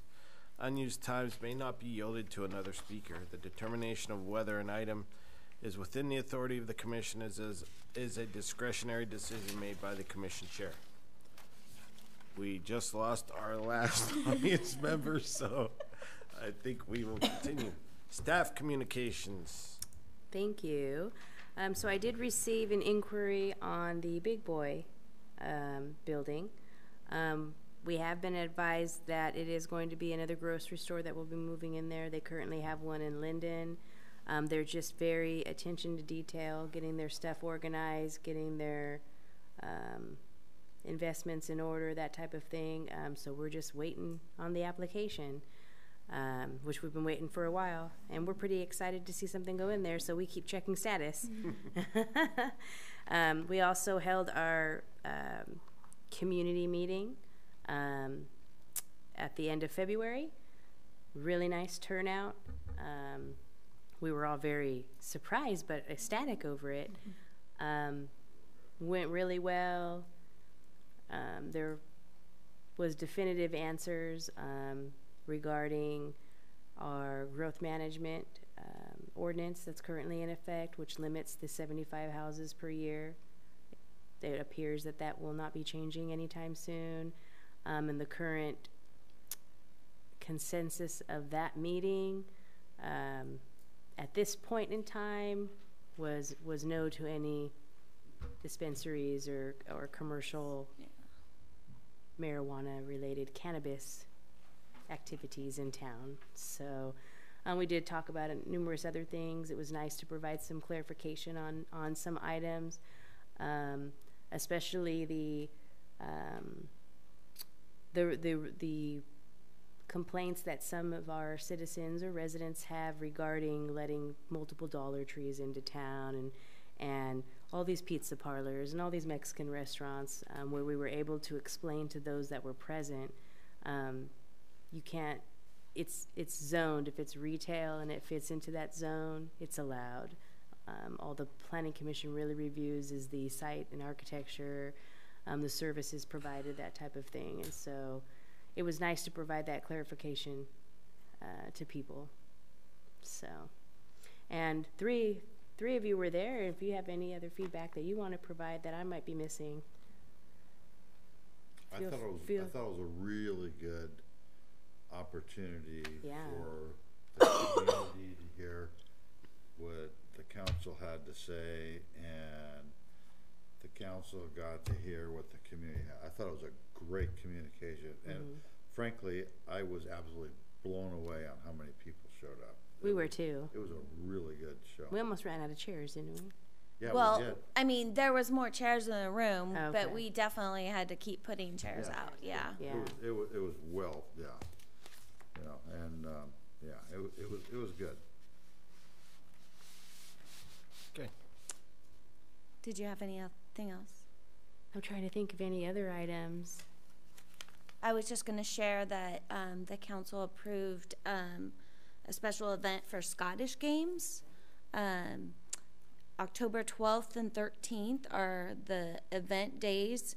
They'll start their setup on the 11th, but it will consume the Main Street Park will be camping, and with RVs or trailers and tent camping, and then all of Hogan Innes Park, and the community center, all of that will be technically fenced off.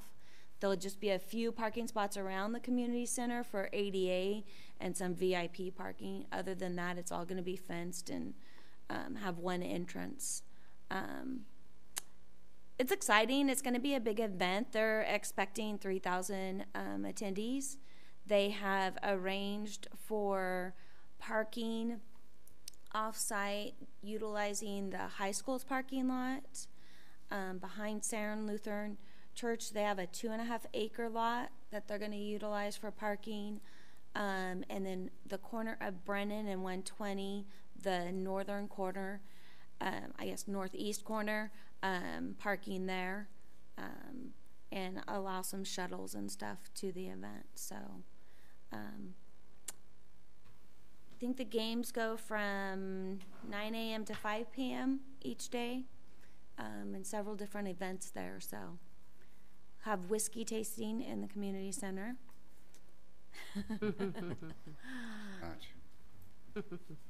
And I heard that sometimes they, and I don't know if they do it at all of them, but they actually like go into the history of the making of the whiskey and stuff too. That'd be fun. Yeah. Okay. We do have an update on Lear Village too. It is starting to move. We have received the corrections on the civil improvements as well as the final map. And we are anticipating to receive building permit applications sometime this week or next week. So hopefully once those are all in and we're moving forward, we'll start really seeing some stuff move. Trying to think of any other projects, but those are like our big ones. Diana, Jenny? Just a note, as you heard Mr. Farias say, we sent out our first weed letters, our courtesy weed letters, because those are going to start popping up. So as you see weeds around town, we are working on it. But if you see something getting out of hand, please let us know.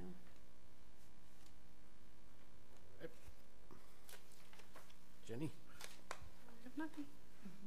All right. Thank you, staff. Commission communications. Start with you, sir. It's been asked before, but I'm not sure yet. How many EDUs are left to be infilled in the city? The last time we were asked that information, it was around 75. Tammy has asked us to get that information updated for our meeting at the wastewater treatment plant. So I am working on that. I just inventoried all of the vacant lots in town. So once I get that. That's actually higher than I thought it was. I thought it was half that. That's where it was sitting right now. And I think that was removing Westwood Country out of it, those 23 lots, giving us about 75. I thought we were lower than that. Maybe 65 then? Yeah. So we'll have to, we'll go through and go over all of our inventory and double check it again. So, and we will have that information available before that meeting. I'm not going to say who, but I heard a rumor that there may be a senior housing project off the horizon. Is there any validity to that? All we can say is that we are hopeful. There's been inquiries Yeah, on there it has been inquiries, for, yes. for quite a while, so, Inside the yes. city limits? Yes. Any indication where that might land? It's been indicated at a couple different areas. We've had it tentatively proposed or pre-proposed over here off California, which would have been an independent living area or an independent living. Or the Guico Winery? Right next to that, right Okay. west of that. There's some lots around there that are zoned high-density residential. The most recent inquiry was located at the old auction yard I property think off that's of Irwin. perfect, yeah. Yeah. That would be, So, and prior to that, before we had the moratorium go into effect, that 20-acre parcel that's currently not annexed was also moving towards annexation to create senior housing. And those would have been the single-family dwelling, smaller, with the reduced setbacks. I think they were like 3-foot side yards, 5-foot rear. We're not sure what their project would be now if they were to move in, but they're on the annexation list. Is it likely that inside the city that we are going to get a project here in the next year or two for senior housing? We're I mean, that's hard it's for very us to early. say. Yeah, it's Okay. very early. I'm just Yeah. Yeah. feeling you out I mean, here. because we get a lot of inquiries about Yeah. things, but, you know, whether they move on them, Yeah. it's hard to say. Would it be The biggest- considered low-income home housing? Not necessarily low necessarily, income, yeah. more like a deed restricted age, Age. instead of based on income. Yeah. So the biggest hurdle that we're seeing experience with that type of housing is its cost. You know, anybody who's looking at developing it is trying to make sure that they can cover their costs and actually benefit a little bit, making a little bit more revenue to maybe put towards other projects or do it into phases and such. So what we're seeing in past proposals is that money is always an issue, whether they don't want to pay development impact fees or they don't like where our fee schedules are at. This most recent one is still evaluating that, and he's supposed to get back to us on the cost feasibility and at least let us know where it's left off, so that we can advise the council, because that was another thing that was discussed at the community meeting, was wanting senior housing. Right.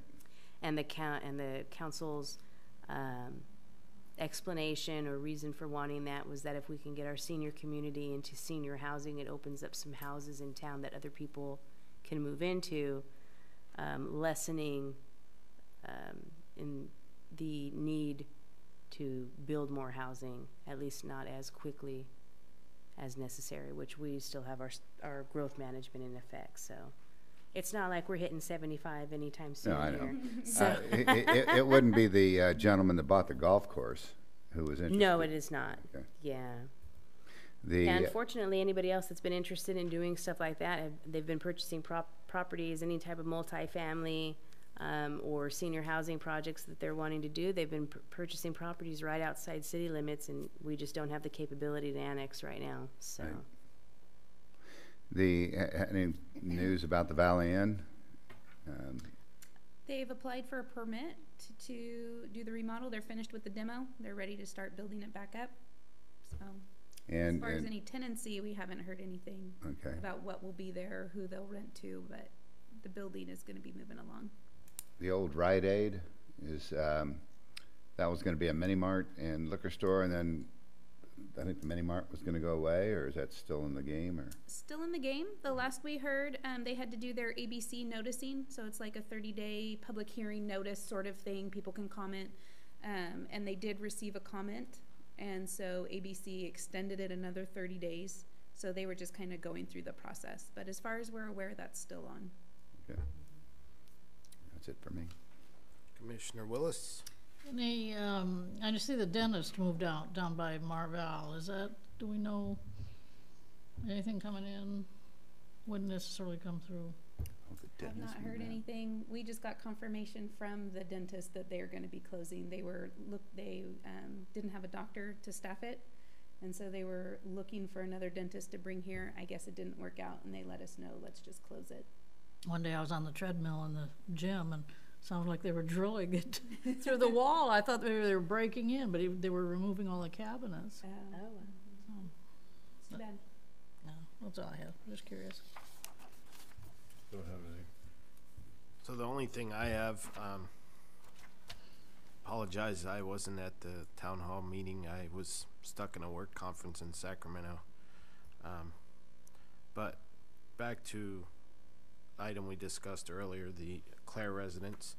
You know, it's obvious by looking at the exhibits that were presented to us that they're really trying to do their due diligence. And I feel that I understand the city's position. I would just hate to see this project be killed over a sidewalk. I'll just leave it at that. It is what it is. But sounds like we'll talk about it soon. Soon enough. All right. And thank you, staff, again, for all of your hard work in preparing these packets for us. It's a great help. So, thank you. With that, we will adjourn the meeting at 9:01. Thank you, everyone.